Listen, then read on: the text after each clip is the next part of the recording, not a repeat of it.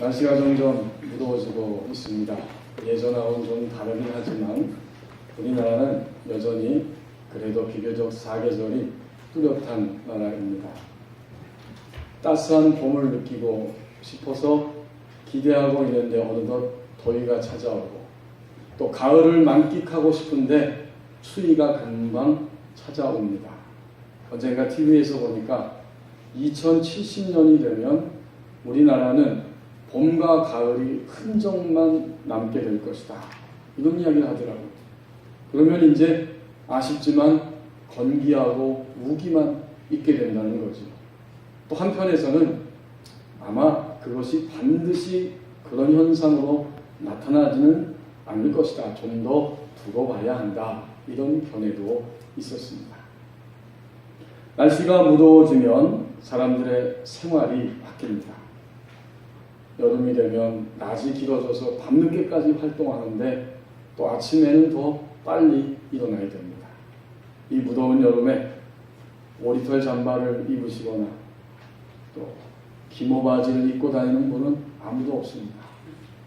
아무리 게으른 사람도 몸을 움직여서 어쩔 수 없이 꼭 실천해야 하는 것이 이 무더운 여름에 한 가지가 있다면 그것은 계절에 맞는 옷을 입는 것입니다. 더워졌으니까 게으른 사람도 겨울옷을 다 던져버리고 시원한 여름옷을 입을 것입니다. 인식과 행동이 일치하는 겁니다. 나에게 어떤 생각, 인식이 들어왔을 때 그 인식에 맞게 몸이 움직여 행동할 때 인식과 행동이 일치하는 거죠. 오늘 우리에게 주신 이사야 24장 1절 말씀을 보십시오. 개혁에 대한 인식이 필요하다고 말씀합니다. 하나님께서, 여호와께서 땅을 텅 비게 공허하게 하시고 황폐하게 만드셨고, 또 지면을 다 뒤집어 엎으시면서 사람들이 두렵게 하고 혼란스럽게 하고 그 주민들을 땅에서 흩어지게 만드십니다. 이것은 심판입니다. 하나님이 왜 이렇게 하셨는가? 하실 수밖에 없는가? 세상과 그 땅에 거하는 사람들이 고쳐지지를 않습니다. 끊임없이 고치라고 하지만 결코 고쳐지지 않습니다. 하나님은 이제는 반드시 고쳐지지 않기 때문에 심판을 행하실 수밖에 없는 겁니다. 운동을 열심히 하는 50대 후반의 중년 여성이 있는데 제가 가만히 보니까 운동하다가 쉬는 시간에 담배 한 대를 턱 꺼내더니 아주 담배를 피우고 있는 거예요.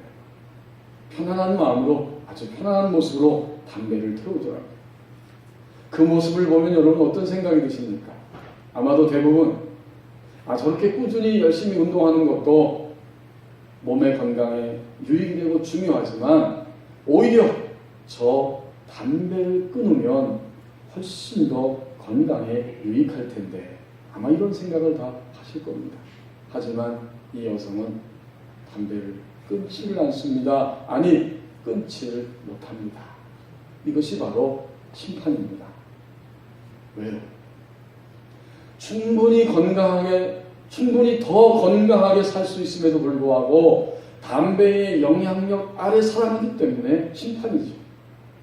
하나님의 백성들이 충분히 건강하게 살 수 있고 하나님의 사랑과 능력을 받아서 지금보다 훨씬 더 충만한 삶을 살아갈 수 있음에도 불구하고 가지가지의 일들과 여러 가지 사건들에 얽매이고 묶여있고 눌려서 살아간다면, 하나님을 더 분명하게 풍성하게 누리고 그 은혜 가운데 살 수 있음에도 불구하고 여전히 눌리고 상한 모습으로 살아간다면 이것은 바로 심판입니다.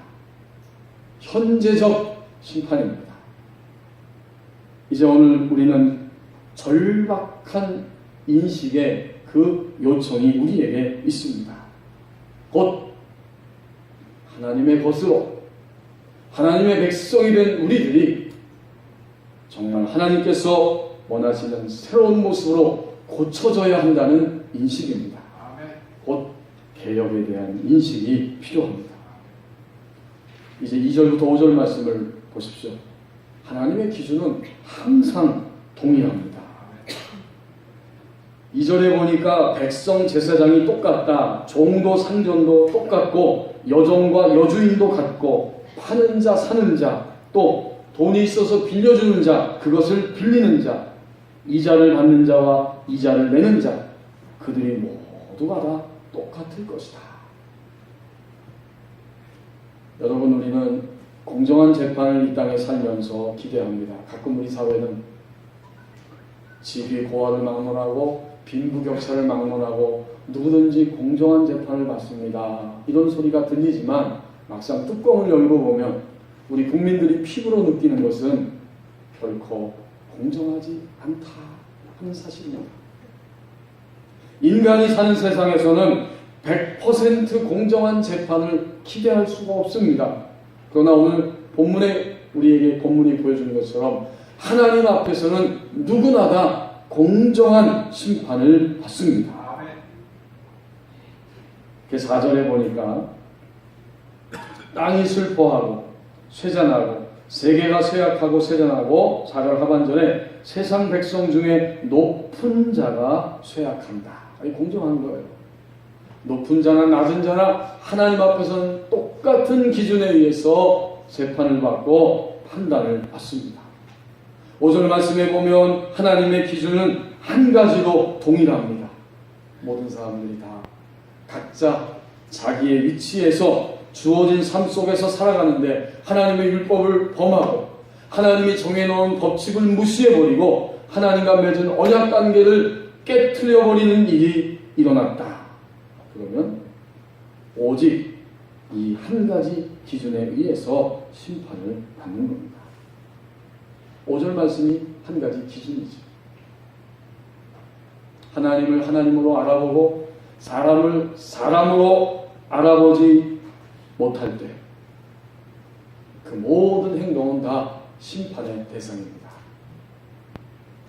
우리 신자들이 하나님을 하나님으로 알아보고 하나님을 경배하고 신뢰하면서 철저하게 그분의 인도를 따라 살아가지 못한다면 심판 아래 이미 심판을 받고 있는 것이고 불신자들은 아직까지는 하나님을 믿지 않기 때문에 당연히 하나님의 진노의 심판 아래 지금 거하고 있습니다. 그런데요, 모든 사람들, 우리 같은 신자나 불신자, 모든 사람들도 만약 사람을 사람으로 대하지 않는다면 억울하게 하고 거짓을 행하고 폭력을 행하고 사람을 물건처럼 대우한다면 이런 차원의 모든 악들도 다 하나님 앞에 심판의 대상입니다. 하나님이 동일한 기준에 의해서 심판을 행하십니다. 하나님의 기준은 항상 동일하다고 하는 이 말씀을 오늘 우리가 붙잡을 때에 우리는 분명한 사실을 생각해 볼 수 있습니다.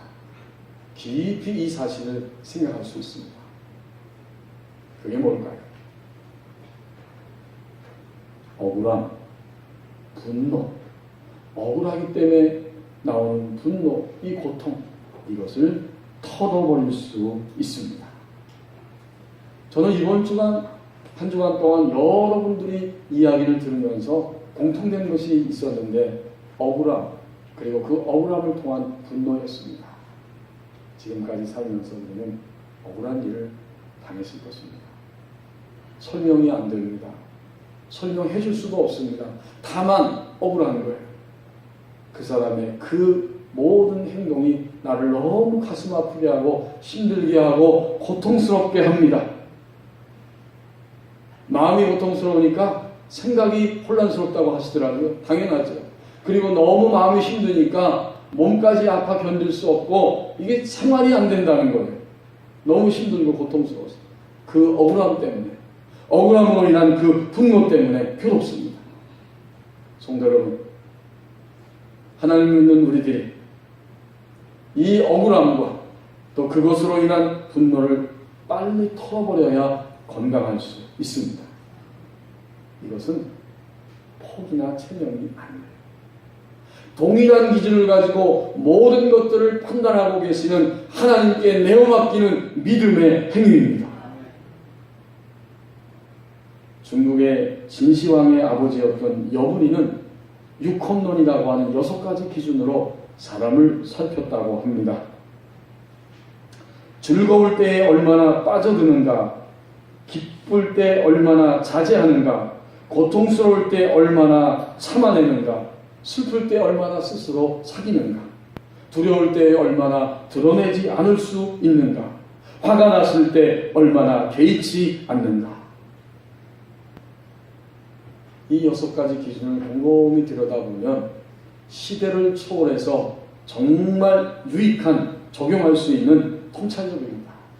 그런데 신자는 하나님을 믿기 때문에 이 모든 것들을 하나님께 맡길 수 있는 사람들입니다. 1년을 시작할 때 우리는 수첩에 달력에 자기만의 계획을 세워서 이제 한 해를 시작하고, 한 달이 지나고 2달이 지났을 때 내가 과연 이 적어놓은 대로 지금 진행시키고 있는가 하는 것을 또한 점검합니다. 그렇다면 하나님은 어떻게 하실까요? 하나님은 세상을 창조하시기 전에도, 그리고 세상을 창조한 이후에도 하나님은 하나님의 경륜을 가지고 이 세상을 움직이십니다. 이 경륜이란 말, 이것은 천하를 다스린다 또는 일을 조직적으로 계획한다, 이런 뜻입니다. 이게 국어사전적 정의죠. 그러나 이 하나님의 경륜은 아주 신비한 계획입니다. 에베소서 1장 9절 말씀에 보면 이 경륜이라는 단어가 나옵니다. 그 뜻의 비밀을 우리에게 알리신 것이요, 그의 기뻐하심을 따라 그리스도 안에서 때가 찬 경륜을 위하여 예정하신 것이니. 때가 찬 경륜, 그러니까 하나님이 그냥 대충대충 아무 생각 없이 진행시키시는 것이 아니라 꼭 때가 되어서, 요렇게 요 때가 되어지면 이 일을 행하신다는 거예요. 그러므로 이것이 때가 찬 경륜이라고 말합니다. 경륜. 그러므로 이 경륜은 결코 자전거 타는 사이클 경기가 아니라 성서적, 신학적 용어로 이 경륜을 말하면 이러한 의미입니다.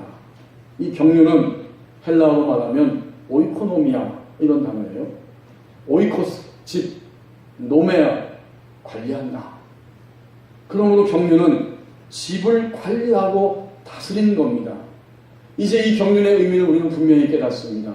경륜은 하나님의 역사의 운행의 계획이고 세상을 지배하는 다스리는 원리입니다. 하나님은 분명한 기준을 가지고 세상을 운행하시고 세상을 지배하고 다스리십니다.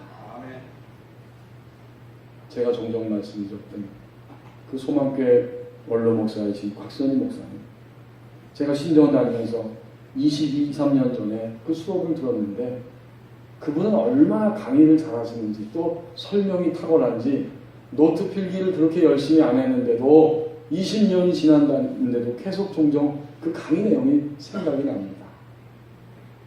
그 목사님이 목회를 하시면서 여러분이 아시는 것처럼 강남 압구정동이잖아요. 그 중심지에서 한국에 내놓아하는 권력자들이 다 그 교회에 출석합니다. 사람들도 이제 그 강남의 많은 부자들도 거기 교회에 많이 나갔어요. 그 교회 가면 천국에 대한 소망이 있다는 거예요. 죽음에 대한 두려움도 다 그 교회에 출석하면서 없어졌다는 거예요. 그렇지만 항상 사람이 모이는 것은 그런 밝은 면이 있으면 어두운 면이 있잖아요. 그래서 목사님을 억울하게 하고 목사님을 연전해서 공격해서 힘들게 하는 이런 일들도 있습니다. 어떻게 하면 좋을까요?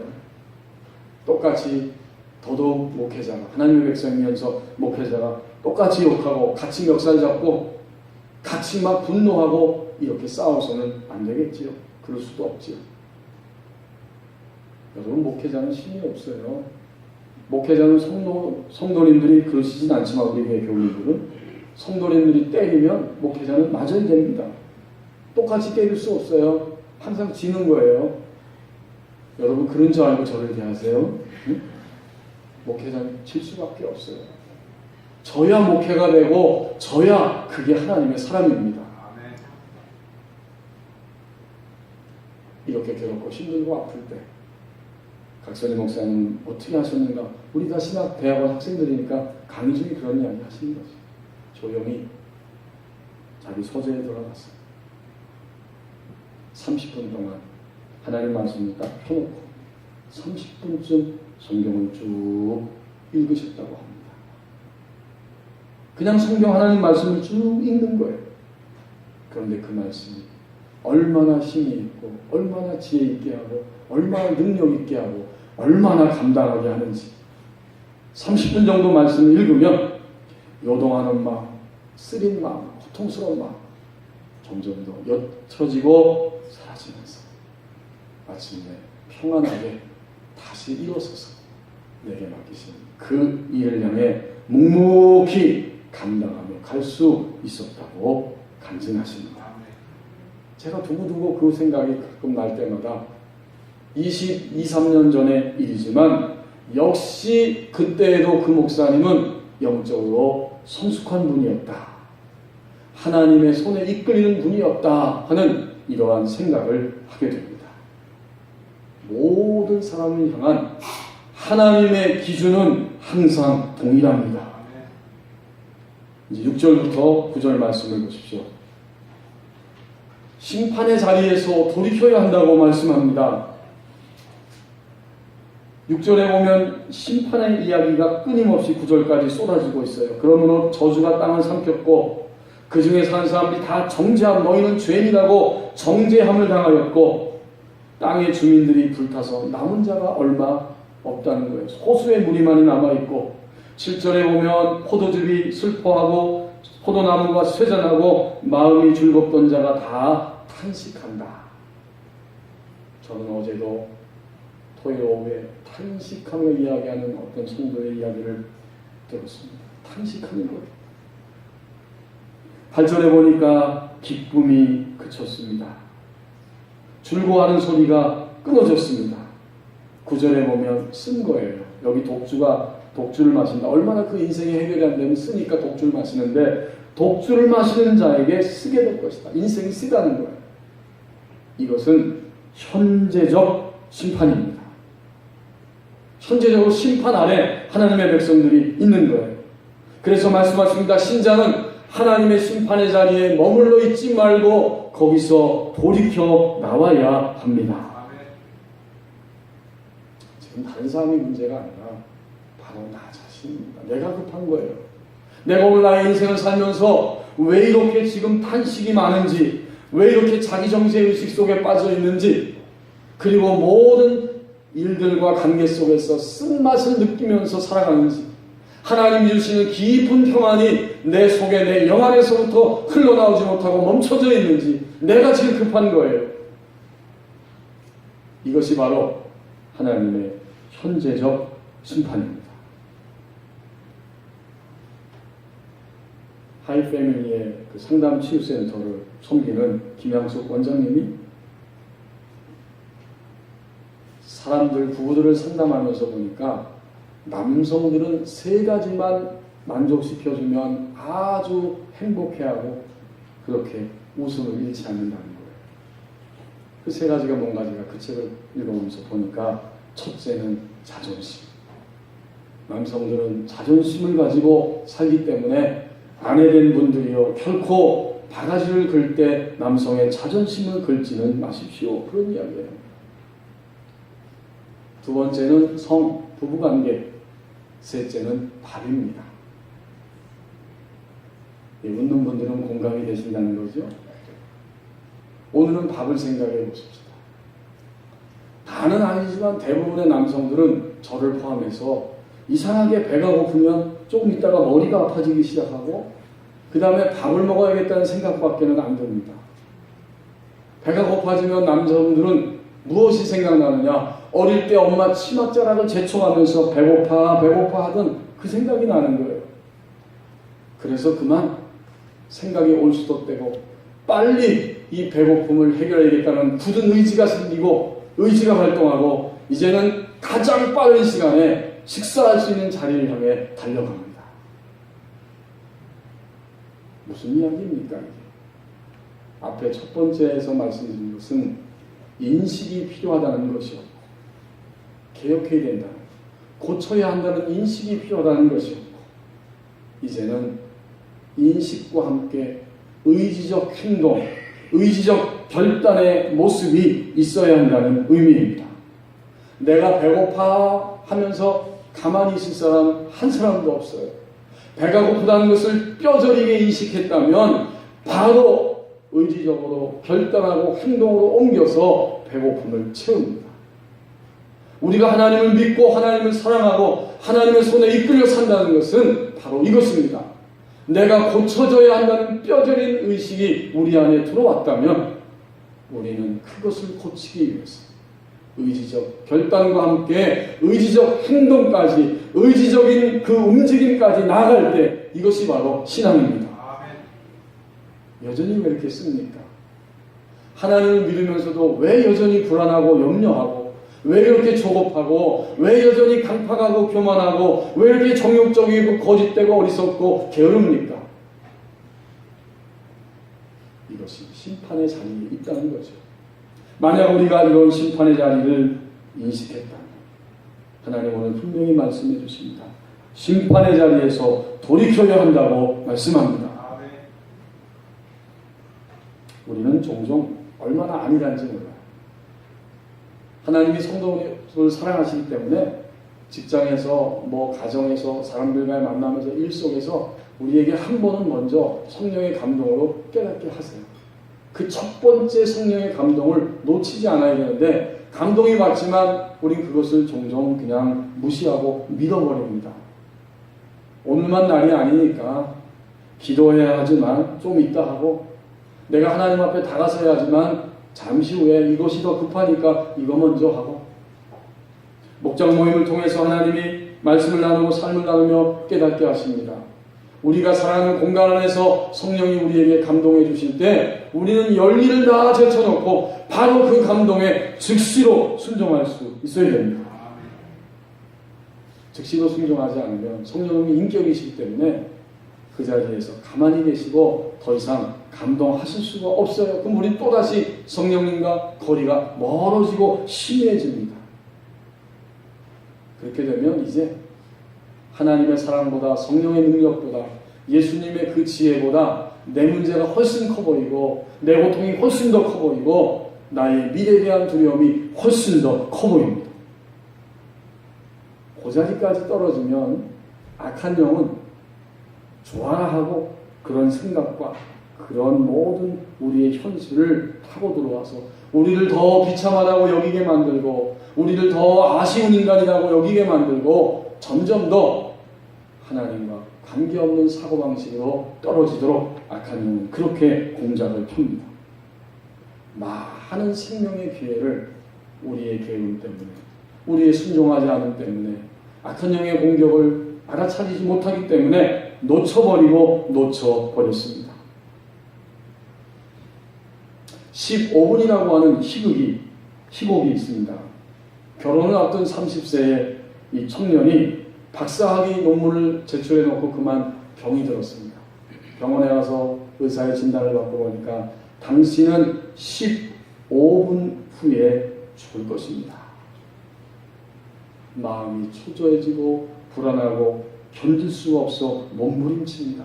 그 사이에도 시간이 흘러가는데 15, 14, 13, 12분으로 줄어가고, 그때 편지요 하고 한 통의 편지가 배달됐습니다. 억만장자인 삼촌이 조금 전에 죽어가면서 상속자로 이 청년을 지명했다는 소식입니다. 그런데 시간은 계속해서 움직여서 그의 생명이 8분밖에 남지 않았다는 사실을 알려줍니다. 이때 또 한 통의 편지가 배달됩니다. 박사학위 논문 통과했다는 통지서였습니다. 계속 시간은 흘러 생명이 6, 5, 4분으로 줄어가는데 마지막으로 또 한 통의 편지가 배달됐습니다. 부모님이 우리의 결혼을 승낙했습니다. 라고 하는 사랑하는 여인의 편지였습니다. 그러나 시간은 흘러갔습니다. 멈추지 않습니다. 3분, 2분, 1분이 지나가면서 마침내 청년은 숨을 거두고 말았다는 희곡입니다. 하나님이 허락하시지 않으면 우리의 시간은 지켜줄 수 없습니다. 하나님이 허락해 주시지 않으면 억만금도, 박사학위 논문도, 사랑하는 연인과의 결혼도 무의미합니다. 그러므로 하나님의 목적과 때를 알고 우리는 우리의 삶을 살아가야 합니다. 아직도 하나님은 우리에게 시간이라고 하는 기회를 허락해 주셨습니다. 심판의 자리에서 벗어나는 것이 하나님의 목적이고 다름이 아니라 바로 지금 우리는 그 자리에서 나올 수 있어야 됩니다. 심판의 자리에서 돌이켜야 한다고 말씀합니다. 이제 마지막 부분 10절에서 11절을 보십시오. 육신이 깨어지는 과정을 통해서 하나님의 생명을 얻게 된다고 말씀합니다. 법은잎의 교회 여러분, 우리는 이미 여러 번 반복적인 말씀을 통해서 이 육신이라는 이야기를 나누었기 때문에 결코 낯설지 않을 것입니다. 우리가 하나님을 믿고 하나님의 백성이 되어서 구원을 얻는 것은 하나님의 생명의 역사입니다. 하나님의 생명이 우리 안에 들어올 때에 죽어 있었던 우리의 영이 살아서 하나님의 생명을 호흡하고 받아들입니다. 하나님의 사랑도 믿을 수 있고 하나님의 능력도 의지하면서 살 수 있는 우리의 영의 눈이 열려진 것입니다. 그런데 하나님의 생명을 받아들이고 우리의 죽었던 영이 살아났는데 하나님의 말씀을 즉시로 기쁨으로 가장 빠르게 순종하기는 아직도 어렵습니다. 왜 그럴까요? 주님을 믿기 전에 아담과 하와의 그 타락된, 유전된 그 육신의 모습들이 여전히 우리를 붙잡고 있기 때문입니다. 육신은 우리의 지, 정, 의, 그것을 포함한 우리 몸의 본성, 그것에 의해서 움직이는 것이 바로 육신입니다. 그러므로 이 육신은 뚜렷한 특징이 하나가 있는데, 육신이 더 큰 사람은 항상 그의 인생을 살아갈 때에 나를 위해서 움직이게 되고 나의 유익을 위해서 내가 움직입니다. 이게 육신의 특성이에요.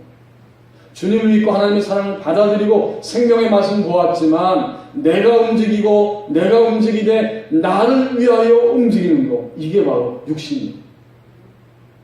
하나님은 어떻게 하실까요? 하나님은 하나님의 소유된 백성을 삼으신 다음에 이제는 이 육신을 깨트리시기 위해서 우리 가운데 다가오십니다. 아프고 쓰린 일들을 통해서 육신을 깨시기 시작합니다. 내가 원하지 않는 일들과 사건과 환경들이 나에게 다가올 때 그것은 바로 육신을 깨시는 하나님의 손길입니다. 여러분 오늘 10절 말씀을 보십시오. 이 10절의 말씀은 외부적인 환경을 통해서 우리를 깨트리신다는 것을 보여주고 있습니다. 약탈을 당한 성읍이 허물어지고 집마다 갇혀서 들어가는 자가 없다. 이 환경이 완전히 깨진 거예요. 약탈을 당해서 성읍이 허물어졌고 성읍이 허물어지고 보니까 집마다 다 무너졌기 때문에 문을 닫고 들어가 거처할 그런 집이 다 없어진 겁니다. 하나님은 우리가 얼마나 견고한지 우리의 환경을 통해서 깨지 않으면 깨지지 않을 것이기 때문에 외부적인 환경을 동원하셔서 바로 주인 노릇하고 있는 우리의 육신을 깨십니다. 여러분 이미 경험하셨잖아요. 물질이 점점 새어나가고 물질이 빠져나가고 물질 때문에 고통을 당할 수 있습니다. 우리의 몸의 건강도 약해지고 병이 들 수 있습니다. 또한 직장의 그 문이 갑자기 막혀버리고 직장 생활하기가 어렵게 되는 수도 있습니다. 이런 모든 것들이 다 외부적 환경을 통해서 우리를 깨트리시는 하나님의 손길이에요. 이제 그것만 있는 게 아니에요. 하나님은 얼마나 정확하고 우리를 잘 아시는지 몰라요. 어떤 사람은 너무나 고상하기 때문에 그 안에 있는 고상한 자아가 깨져야만 생명이 흘러가요. 그래서 11절 말씀에 보면 우리의 내면을 건드셔서 내면을 깨시기 시작합니다. 포도주가 없으므로 거리에서 부르짖으며 모든 즐거움이 사라졌으며 땅의 기쁨이 소멸되었도다. 포도주는 너무나 당연한 거예요. 손만 뻗으면 포도주가 바로 여기 있습니다. 바로 마실 수 있어요. 그냥 언제든지 당연시 되는 것들이 바로 내 곁에 있고 우리 주변에 많습니다. 그걸 들어서 마시면 기쁨이 되는 거고 즐거움이 되는 건데, 갑자기 당연시 되는 것들이 다 내 손에서 멀어지고 나를 아프게 하고 힘들게 합니다. 당연히 내 편이 되어 줘야 할 사람이 오히려 나를 가장 쓰리게 하고 아프게 합니다. 오늘 사실 우리는 가정 안에서, 우리 일터 안에서, 우리가 만난 사람들 가운데 가장 친한 사람을 통해서 가장 큰 고통과 아픔을 경험할 수 있고, 더 나아가서 경험할 뿐만 아니라 그 사람이 원수처럼 나를 힘들게 할 수도 있어요. 그렇지 않으면 우리는 얼마나 단단한지 깨지지 않는 거예요. 속이 안 바뀌기 때문에 속을 쓰리게 하고 속을 아프게 합니다.